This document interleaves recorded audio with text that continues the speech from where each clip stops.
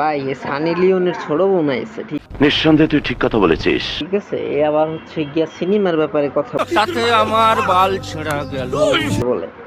আমার কথা হচ্ছে যে এইরা যে কাঁপাতে পারবো তো 4-5 জন ছেলে কাঁপাতে পারবো না, এটা কোনো কথা? আজকাল টিকটকাররা যদি ভাই মডেলিং গান করতে পারে, দেখো কাণ্ড। তাইলে সিনেমা করতে পারো না কা?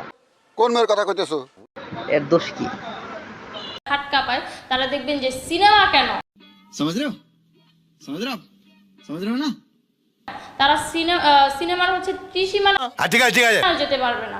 কেন আফা আপনি খাটকা মারার সময় পাহারা করছেন